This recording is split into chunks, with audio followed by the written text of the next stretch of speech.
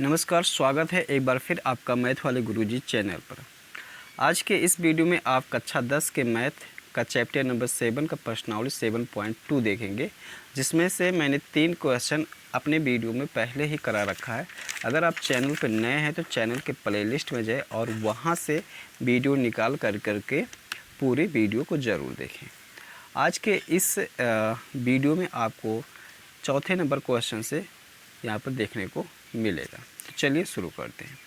देखिए चौथा number question क्या है कि बिंदुओं 3, -10 और 6, -8 को जोड़ने वाले रेखाखंड को बिंदु -1, 6 किस अनुपात में विभाजित करता है। ठीक है, तो आप लोगों को विभाजन का सूत्र बताया गया होगा। ठीक है, चलिए मैं यहाँ पर अब आपको करवाता हूँ। देखें तो ये चौथा नंबर क्वेश्चन है। ठीक है, चौथा नंबर क्वेश्चन है और यहाँ पे कह रहा है कि मान लेते हैं ये बिंदु ए है और ये बी है। ठीक है, ये बिंदु -3, 10 और ये है 6, -8 और यहाँ पर एक बिंदु दिया गया है, मान लेते हैं P है, जो -1, 6 है। ये कह रहा है कि इस रेखाखंड AB को कितने अनुपातों में विभाजित कर रहा है। तो हम मान लेते हैं कि ये P इसको M1 और M2 अनुपात में विभाजित करता है। तो हम इसको लिखेंगे कि माना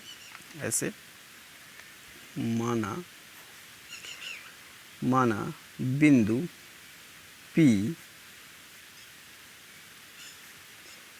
रेखाखंड को M1 तथा M2 अनुपात में विभाजित करता है। M2 अनुपात में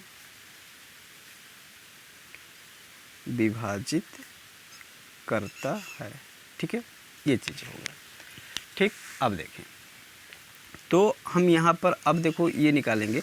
अच्छा, जब यहाँ पर आप लोगों को विभाजन का सूत्र बताया गया था तो क्या बताया गया था कि ये वाला विभाजन सूत्र x, y बराबर M1 x2 plus M2 x1 ऐसे बताया गया। तो देखो इसके बराबर मैं इसको लिख सकता हूँ। देखो x बराबर ऐसे क्या लिख सकता हूँ, M1 x2 plus M2 x1 अपान M1 प्लस M2 ऐसे लिख सकते हैं।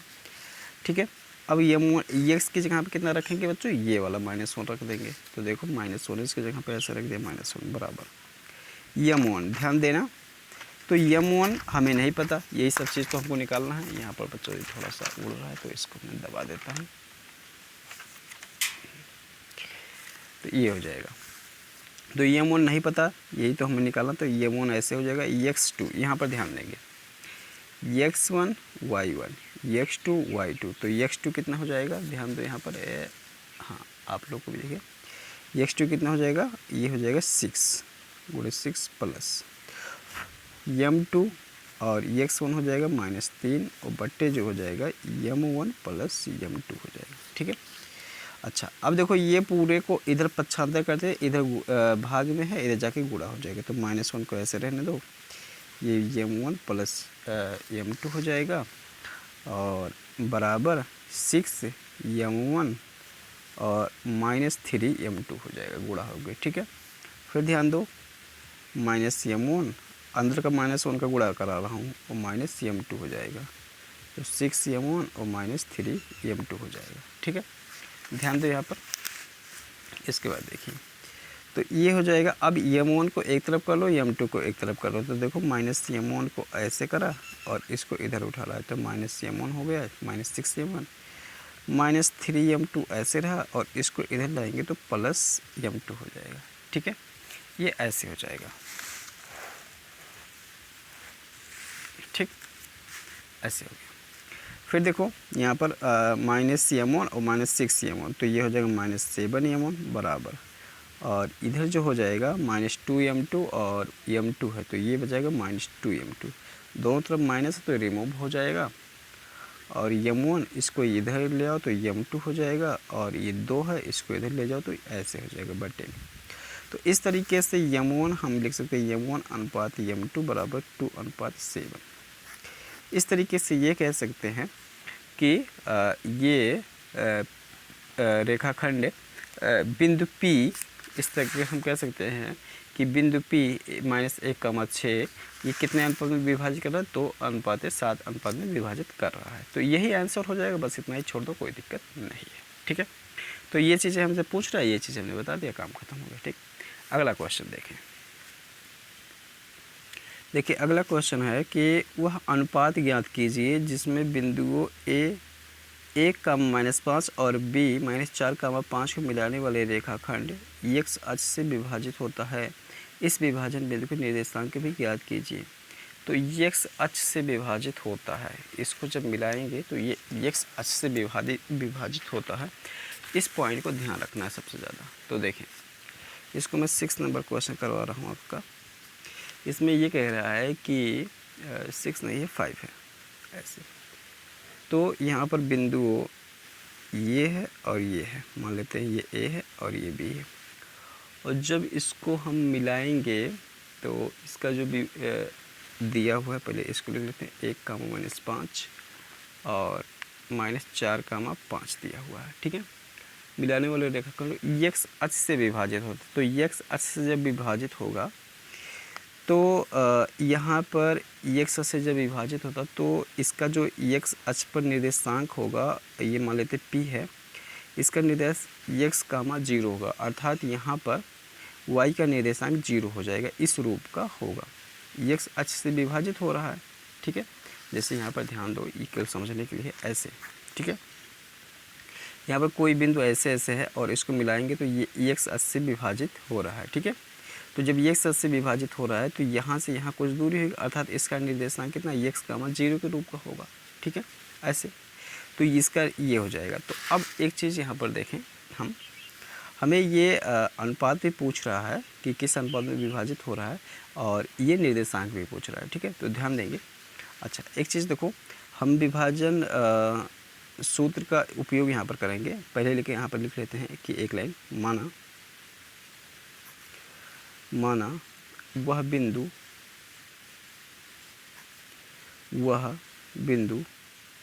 जो x अक्ष से विभाजित होता है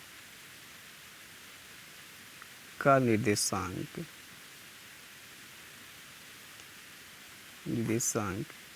x, 0 है। ठीक है, ऐसे। फिर देखें, तो इसको हम लिख लेंगे y = क्या हो जाएगा, m2 और m1 y2 + m2 y1 बटे जो हो जाएगा m1 + m2 हो जाएगा। तो ये y मतलब ये देखो, ये x वाला होता है, ये y वाला निर्देशांक होता है। ठीक है, तो ये y की जगह पे कितना रख देंगे, 0 रख देंगे, और ये m1। अब यहाँ पर ध्यान दें, x1 y1 और x2 y2, तो y2 कितना हो जाएगा 5 और प्लस m2, y1 कितना हो जाएगा -5 और बट्टे m1 और प्लस m2 हो जाएगा। यहाँ पर एक चीज़ ध्यान दो, ये m1 + m2 जो है इधर डिवाइड में, इधर जाएगा तो क्या हो जाएगा, मल्टीप्लाई में। तो 0 के मल्टीप्लाई में कुछ भी होगा तो क्या हो जाएगा, 0 हो जाएगा। तो यहाँ पर क्या हो जाएगा, 0। ठीक है, तो ये 5m1 और -5m2 हो जाएगा।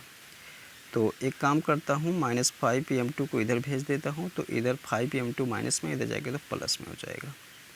ऐसे समझ रहे हो, ऐसे हो जाएगा। ठीक है, फिर एक चीज़ ध्यान दो, यहाँ m1 m2 को इधर ले आओ तो इधर बटे में हो जाएगा, इधर मल्टीप्लाई में है, और इधर क्या हो गया 5, इसको इधर भेज दो 5, तो ये कट के क्या हो जाएगा 1/1 हो जाएगा। तो यहाँ m1 और m2 अनुपात कितना आ गया, 1:1 आ जाएगा। तो यह उत्तर हो जाएगा। मतलब m1 और m2 का जो अनुपात हो जाएगा कितना हो जाएगा, 1:1 हो जाएगा, यही उत्तर हो जाएगा। हमें पूछ रहा है, क्या पूछ रहा है, x का इसमें इस बिंदु का निर्देशांक भी पूछ रहा है। तो इसका निर्देशांक के लिए हम लिखेंगे, क्या लिखेंगे, x = हो जाएगा m1 x2 plus m2 x1 बट्टे हो जाएगा m1 प्लस m2। ठीक है, तो m1 कितना हो जाएगा, यहाँ पर ध्यान दें, m1 तो अभी निकाला हूँ तो 1, और x2 यहाँ पर ध्यान दो, यहाँ x1 y1 x2 y2 तो -4 हो जाएगा, -4 प्लस m2 1, और x1 कितना हो जाएगा, ध्यान दो 1 हो जाएगा, तो इसकी जगह पे 1 रख देता हूँ, और बट्टे 1 प्लस 1 हो जाएगा, तो ये तो यहाँ पर -4 हुआ और प्लस 1 हुआ और बट्टे 2 हुआ। तो इस तरीके से यहाँ पर हो जाएगा -3/2, x का मान जो आ जाएगा, x की वैल्यू जो हो जाएगी -3/2 हो जाएगा। अतः निर्देशांक जो हो जाएगा, अतः निर्देशांक बराबर क्या हो जाएगा, -3/2, 0, और ये आंसर हो जाएगा। ठीक है, अगला क्वेश्चन देखिए, छठा नंबर है कि यदि बिंदु 1, 2, 4, -y, x, -6 और 3, 5 इसी क्रम में लेने पर एक समांतर चतुर्भुज के शीर्ष हों तो x और y ज्ञात कीजिए। अच्छा, ये बिंदु जो हमें दिया है वो समांतर चतुर्भुज का शीर्ष दिया हुआ है। ठीक है, और हमें कह रहा है कि x y के मान ज्ञात कीजिए, तो देखते हैं इसको भी।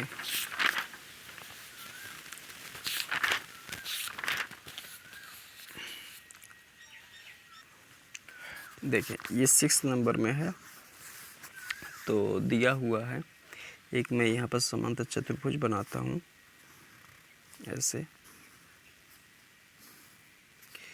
ये मान लेते A है, ये B है, ये C है, ये D है। तो यहाँ पर इसके बिंदु 1, 2 और ये 4, y हो जाएगा, और ये x, 6 हो जाएगा, और ये हो जाएगा 3, 5 हो जाएगा। ठीक है, ऐसे। फिर समांतर चतुर्भुज के यहाँ पर विकर्ण में बना लेता हूँ, तो विकर्ण इस तरीके से हो जाएगा ऐसे। ठीक है, ये समांतर चतुर्भुज के विकर्ण एक दूसरे को मान लेते हैं P पर काटते हैं। ठीक है, और इसका जो निर्देशांक मैं जो लिख लेता हूँ वो मान लेता हूँ कि कैपिटल X और कैपिटल Y ऐसे हो जाएगा। ठीक है, ध्यान दो यहाँ पर समांतर चतुर्भुज के जो विकर्ण होते हैं एक दूसरे को समद्विभाजित करते हैं। ठीक है, तो देखिए यहाँ पर ये जो BD है, BD को AC जो रेखा है वो बीचों बीच में काट रहा है, मतलब आधा आधा कर दे रहा है।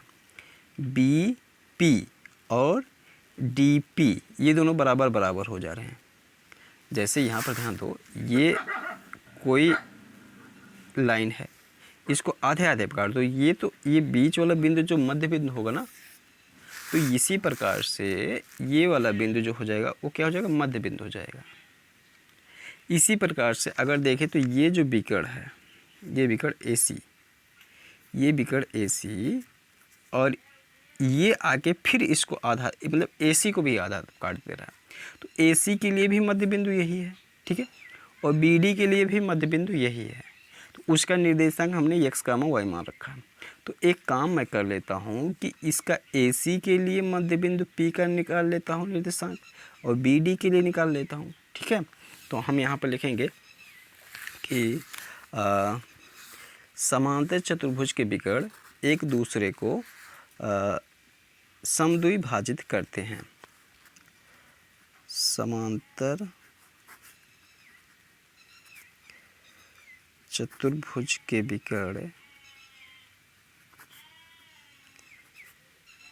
एक दूसरे को समद्विभाजित करते हैं। ठीक है, अर्थात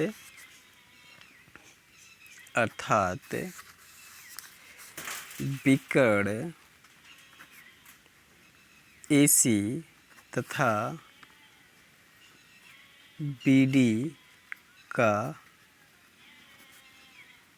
मध्य बिंदु P एक ही एक ही है। ठीक है, तो हम लिखेंगे यहाँ पर विकर्ण AC के लिए मध्य बिंदु, विकर्ण AC के लिए मध्य बिंदु P का निर्देशांक। ठीक है, ऐसे हो जाएगा। ठीक है, अब देखें हम निकाल लेते हैं। तो ये हो जाएगा x, y बराबर। ठीक है, तो इसके लिए क्या होता है x1 प्लस x2/2 और y1 प्लस y2/2। ठीक है, ये होता है। तो ध्यान दो, इधर देखो, जब AC ले रहा हूँ तो x1 ये हो जाएगा, y1 ये हो जाएगा, x2 ये हो जाएगा और y2 ये हो जाएगा। तो देखें, तो इसमें क्या हो जाएगा 1 प्लस x/2 और 2 प्लस 6/2 हो जाएगा इस तरीके से।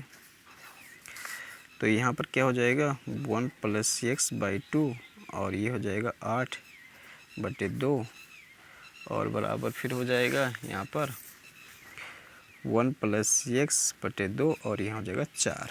ठीक है, और इधर कैपिटल x और y, ये इसको इक्वेशन 1 बना लेता हूँ। ठीक है, फिर यहाँ पर लिखेंगे विकर्ण BD के लिए, विकर्ण BD के लिए मध्य बिंदु P का निर्देशांक ऐसे। ठीक है, तो देखिए क्या हो जाएगा फिर x, y बराबर हो जाएगा x1 प्लस x2/2 और y1 प्लस y2/2 ये हो जाएगा। ठीक है, इसके लिए अब क्या हो जाएगा, यहाँ पर ध्यान दो, जब मैं BD को ले रहा हूँ तो ये हो जाएगा x1, ये y1, ये x2, ये y2 हो जाएगा। ठीक है, तो इसमें रखते हैं अब। तो मुझे दूसरे पन्ने में रखना होगा यहाँ पर। तो 4 + 3 / 2 हो जाएगा। तो इधर रख देता हूँ 4/3 4, सॉरी बच्चों यहाँ पर देखना होगा एकदम, 4 + 3/2 हो जाएगा। तो x, y बराबर हो जाएगा 4 + 3/2 और y + 5/2। एक बार देख लेता हूँ, हाँ y + 5/2 हो जाएगा। ठीक है, ऐसे हो गया। फिर इसको ऐसे करा तो ये 7/2 हो जाएगा और y + 5/2। तो ये हो जाएगा x। एक चीज़ यहाँ पर देखो, यहाँ पर हमने ये देखो x, y बराबर 1 + x/2, 4, मतलब इसको ये भी मध्य बिंदु का निर्देशांक है। तो इसको मैंने समीकरण 1 बनाया और इसको देखो यहाँ पर x, y ये भी मध्य बिंदु का निर्देशांक है। तो हम क्या कर सकते हैं, समीकरण 1 से और 2 से जब x, y और ये बराबर है तो हम क्या लिख सकते हैं, समीकरण 1 व 2 से, समीकरण 1 व 2 से। तो जब ये निर्देशांक बराबर है, ये देखो ये निर्देशांक बराबर है। ठीक है, तो ये निर्देशांक बराबर है तो हम क्या कर सकते, इसको ऐसे लिख सकते हैं 1 + x, 4, 1 + x/2, 4 बराबर लिख सकते हैं 7/2 और y + 5/2 इसके बराबर लिखा जा सकता है। तो इसके बराबर ये हो जाएगा, इसके बराबर ये हो जाएगा। ये मैंने समझाने के लिए यहाँ पर तीर खींच दिया है, आप लोग वहाँ पर पेपर कॉपी में आप लोग तीर नहीं खींचेंगे। ठीक है, तो ये क्या हो जाएगा 1 + x/2 बराबर हो जाएगा 7/2। अब देखो सेम था, यहाँ पर हर में 2 तक कट गया, तो 1 + x बराबर हो जाएगा 7। तो x बराबर हो जाएगा 7 - 1 बराबर हो जाएगा 6। तो x की वैल्यू कितनी आ गई, 6 आ गई। ठीक है, इसी प्रकार से देखो 4 y + 5/2 इधर 2 इधर है भाग में, इधर जाएगा तो हो जाएगा गुणा, तो 4 2 9 8 हो जाएगा ऐसे। तो इधर देखो 4 2 8 हो जाएगा, y + 5, तो 8 - 5 बराबर y बराबर हो जाएगा 3। ठीक है, इस तरीके से जो हो जाएगा, अतः निर्देशांक कितना हो जाएगा, x की वैल्यू इतना आएगी 6 और y की वैल्यू 3 आ गया, तो x 6, 3 हो जाएगा और ये आंसर हो जाएगा। ठीक है, तो उम्मीद करता हूँ कि आपको आसानी से समझ में आया होगा। चलिए 7 नंबर क्वेश्चन देखें। लिखा हुआ कि बिंदु ए का निर्देशांक ज्ञात कीजिए जहाँ ए बी एक वृत्त का व्यास है जिसका केंद्र 2, -3 है, बी के निर्देशांक 1, 4 है। तो ए का निर्देशांक बताना है, तो इसको ध्यान से समझें कि ये क्या कह रहा है। मैं फिगर के यहाँ माध्यम से आपको समझा रहा हूँ। देखें, ये है 7वां नंबर क्वेश्चन है, 7वां नंबर। ठीक है, तो ए बी वृत्त का व्यास है, तो एक मैं वृत्त यहाँ पर बनाता हूँ और इस तरीके से ए बी ये वृत्त का व्यास हो जाएगा। और फिर दिया हुआ है यहाँ पर, और जिसका केंद्र यहाँ पर दिया हुआ, मैं केंद्र मान लेता हूँ कि O है, और इसका जो निर्देशांक है वो 2, -3 है, और B का निर्देशांक दिया हुआ 1, 4, और A का निर्देशांक पूछ रहा, तो मैं मान लेता हूँ कि A का जो निर्देशांक है वो x, y है। ठीक है, ऐसे तो हम यहाँ पर लिखेंगे माना A का निर्देशांक x, y है। ठीक है, ऐसे। अच्छा, एक चीज़ यहाँ पर ध्यान दो, हम कौन सा सूत्र लगाएंगे। देखें, ये जो वृत्त का व्यास ए बी है उसके बीचों बीच में जो होता है वो होता है केंद्र, अर्थात केंद्र से जो इधर की दूरी होगी वो सेम होगी और इधर भी सेम होगी। तो यहाँ पर हम इसको क्या सूत्र लगा सकते हैं, मध्य बिंदु का सूत्र लगा सकते हैं। तो मध्य बिंदु का सूत्र कब लगाएंगे, अगर मान लो एक बिंदु ए है और एक बिंदु बी है, तो इसको मध्य बिंदु का सूत्र हम लगाएंगे। और मध्य बिंदु में क्या रखेंगे, इसको रख देंगे। ठीक है, मध्य बिंदु को निर्देशांक में इसको रख देंगे। तो देखें, हम लिखेंगे यहाँ पर माना ए का निर्देशांक x, y है, तो अब यहाँ पर लिख देंगे तब x, y बराबर हो जाएगा, इसको चलो मैं कैपिटल लिख लेता हूँ, कैपिटल x, y बराबर हो जाएगा, x y बराबर हो जाएगा क्या, x1 + x2/2 और y1 + y2/2 हो जाएगा ऐसे। ठीक है, तो x की जगह पर हो जाएगा 2, -3 ऐसे हो जाएगा, और x1 x प्लस हो जाएगा 1/2 और y1 y + 4/2 हो जाएगा ऐसे। ठीक है, अब देखो इसके बराबर इसको रख लेता हूँ, तो 2 बराबर हो जाएगा x + 1/2, ये इधर जाएगा तो 2 × 2 हो जाएगा ऐसे, और x + 1 हो जाएगा, तो 4, ये इधर जाएगा -1, x हो गया। ठीक है, तो x बराबर कितना हो जाएगा, 3 हो गया ऐसे। फिर इसके बराबर इसको रख लेंगे, तो -3 बराबर y + 4/2, 2 इधर जाएगा तो गुणा में हो जाएगा ऐसे, y + 4 -6 और y + 4, तो y = कितना हो जाएगा, -6 - 4 -10 हो जाएगा। ठीक है, तो y = -10। अतः क्या, अतः आ जाएगा, अतः निर्देशांक, अतः बिंदु ए का निर्देशांक 3, -10 है। ठीक है, और ये आंसर हो गया। ठीक है, तो उम्मीद करता हूँ कि बहुत ही आसान शब्दों में आपको समझ में आ गया होगा। बचे हुए 3 क्वेश्चन आपको अगले वीडियो में मिलेंगे। वीडियो अच्छा लगा हो, आपको समझ में आया हो मेरा पढ़ाया हुआ, तो एक बार आप वीडियो को लाइक और चैनल को सब्सक्राइब करें और ज़रूरतमंद बच्चों तक शेयर भी करें। और आप अपनी प्रतिक्रिया कमेंट बॉक्स में ज़रूर दें। अगर मेरे पढ़ाने में कुछ कमी हो या मैं तेज़ पढ़ा रहा हूँ तो आप ज़रूर बताएं, जिससे मैं अपनी पढ़ाई में थोड़ा सा इम्प्रूवमेंट कर सकूँ और ये चैनल ग्रो कर सकें। तो आज के लिए इतना है, मिलेंगे दूसरी वीडियो में। पूरा वीडियो देखने के लिए आपका बहुत बहुत धन्यवाद।